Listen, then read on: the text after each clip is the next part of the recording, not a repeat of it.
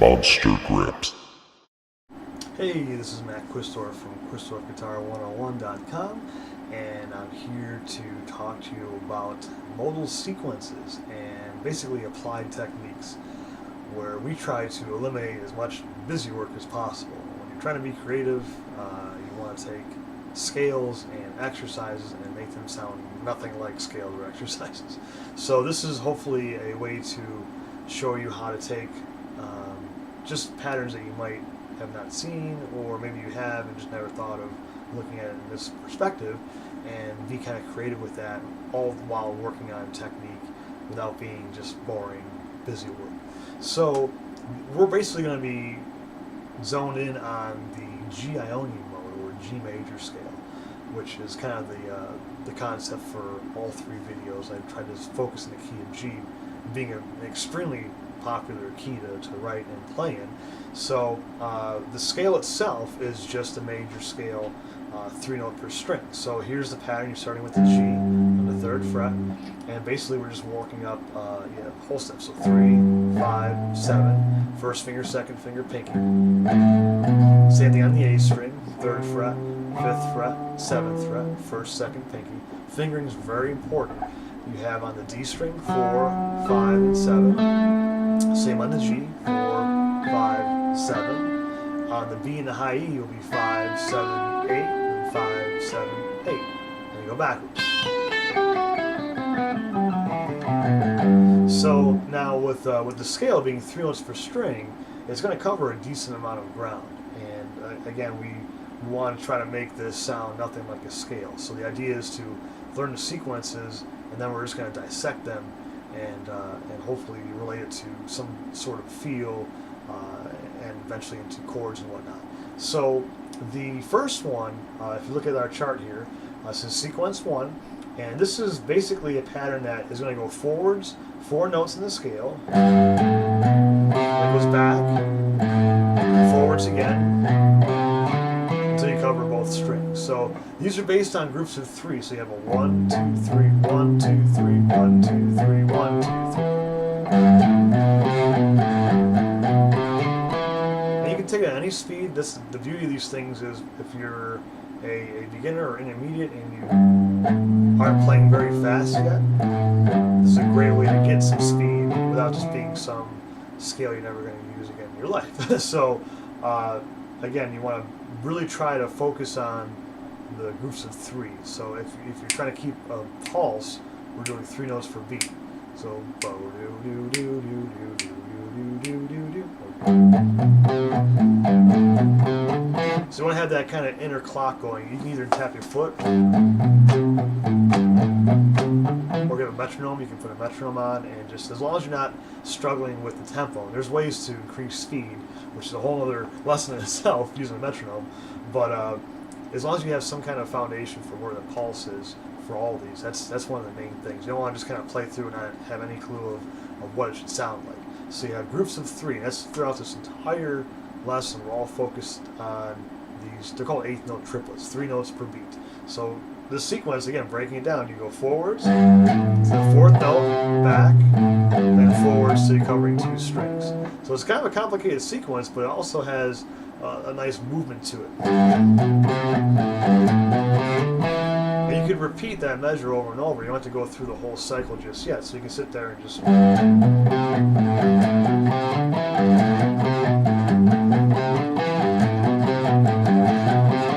that sort of thing. But now we're going to apply it to the next 2 strings in the scale. So you look at the second measure. Now we're starting on the D string.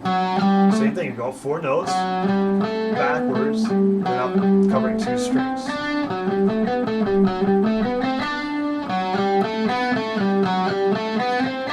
So you put the first 2 measures together, and you have this.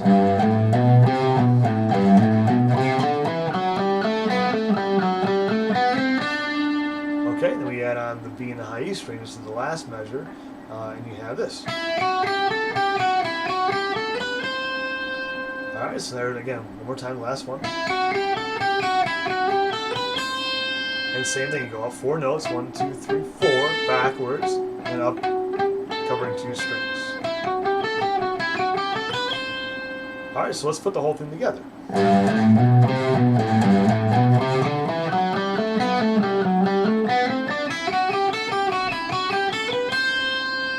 Okay, so that basically is taking the major scale and sequencing, or in this case, we're taking the scenic route up the pattern, and paying very close attention to the fingerings of the left hand. And with the right hand, you want to keep as much alternate picking as you can.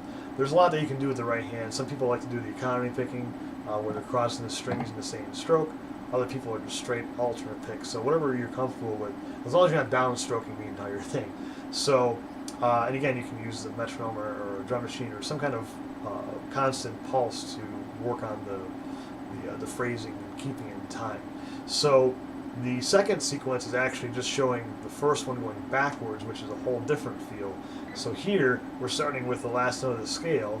We're going back 4 notes, then forwards, and then back to cover 2 strings.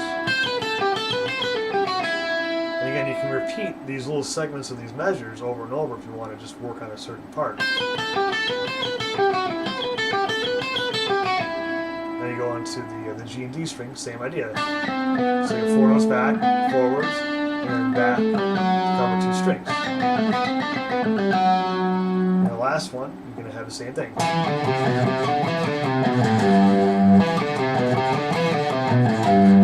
So they're very melodic. It's not just where you're going up 3 notes, 3 notes, 3 notes, like, usual 3 and 4 note sequences that you see that are out there. These are much more melodic, and the one note that you'll see on the second page says experiment with breaking these down, mix and match. You can really go to town, since this is everything on this page is just part of this major scale, which is only 7 physical notes. You can mix and match and try to just combine different parts together into your own sequence, which ends up, it might be a riff to a song, or it could be a connection between a couple of chords that are in the key. So there's a lot of possibilities. So as you're learning this, it's not just that you're learning a finger exercise, you're learning a melodic concept that you'll be able to apply to improvising or songwriting or whatnot. So that's the nice thing, is you won't be stuck again with that busy work. This is something that will be used and is used in songs. So again, the second sequence is the same as the first one, just going backwards. But I could say, well, maybe I like, in that sequence number 1, maybe I like the second measure, I like the first part. And I don't want to go up and finish the 2 strings. I just want to do the first part, up 4 notes, and then backwards. That could be a lick right there.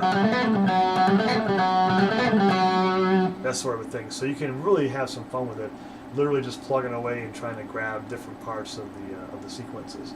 So now sequence 3, this one is kind of cool. This one goes up, you have the 4 notes basically where you're ascending, and now we're going backwards 2 notes, then forwards 4 notes again, backwards 2 notes, forwards. So this one is very melodic. It's based on a 4 note sequence, so you're literally going up 4 notes, 1, 2, 3, 4, then back visually in the scale 2 notes, and from there we go up 4 notes, 1, 2, 3, 4, back visually 2 notes, and from there we go up 4 notes.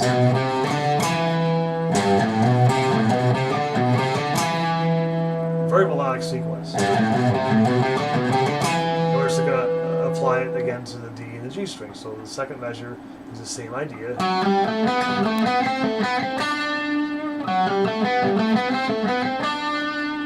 And on the B and the high E, same thing again.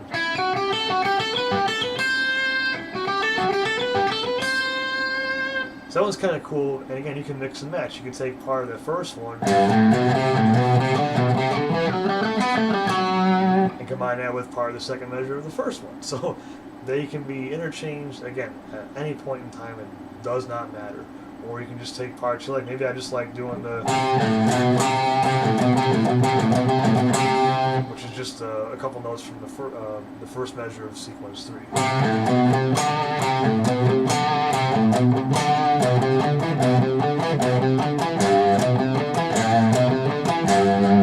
Just messing around within the sequences. So there's a lot of improvisation that you can pull from the exercise.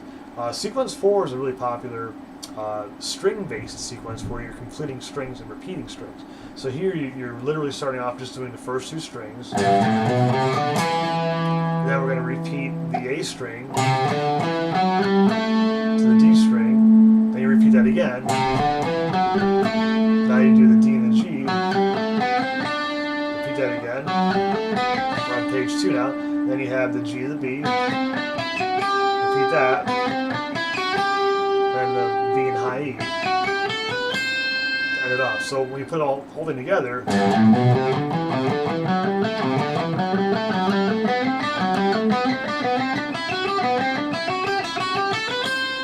that's a fun one that you'll see played with hammer-ons quite a bit, which is a nice way to work that fingering where you get the stretch between the first and second finger, which is surprisingly a very difficult stretch for a lot of guitar players.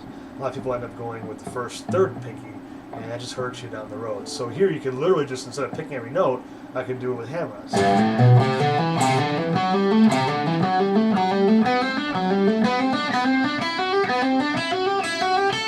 Which is kind of cool and just different. And again, you can interchange that with any of the sequences.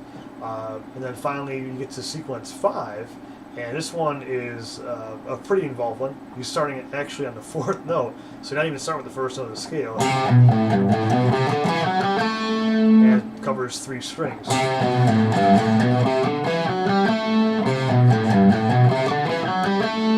when you get to the second measure, same kind of thing.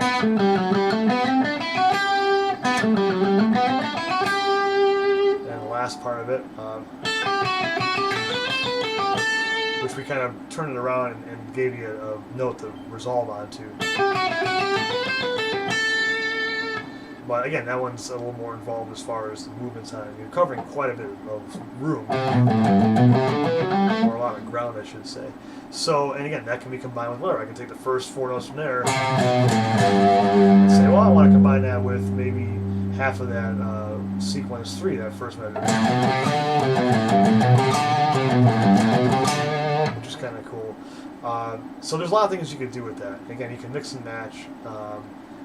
It really, there's no rule other than the fact that all these fit together and you can create your own sequences. Now, the one thing that's not discussed in this video is how to bring in the chord work. So that's the other important part as far as what's called a diatonic approach, or the Nashville numbering system. That's where you bring in chords, so you can take a sequence and say, I want to use this sequence to connect this chord to that chord. So I have a chord, maybe a strum or a chunk, depending on the style of music you're playing, and some kind of run into the next chord. That's where these come in handy. So you can feel free to check out those videos, which discuss the diatonic approach and also the riff writing, where we're limiting all the guesswork, which is same concept, using theory to help you kind of connect chords and scales together in a fun way, obviously. So again, sequences are there for chops. You want to keep that constant 3, 1, 2, 3, 1, 2, 3, 1, 2, 3, 1, 2, 3. It's for all levels. If you're a fast player, just crank the metronome. If you're really fast, then you can just try to play 6 notes per beat instead of 3. So you have 1, 2, 3, 4, 5, 6, 1, 2, 3, 4, 5, 6, 1, 2, 3, 4, 5, 6, which are 6 tuplets. So, and again, the notes on the page here, so strive for an even 3 notes per beat, which is very important. And then the experimenting, where you break certain sequences down. I've had people that will take a sequence and say, I like these 3 notes combined with these 3 notes from the other sequence, or whatnot, and then, which deals with the mixing and matching. So, so have fun, experiment, and try to make it sound musical. Take the scale and make it sound nothing like a scale. Okay, well, have fun and enjoy those monster grips.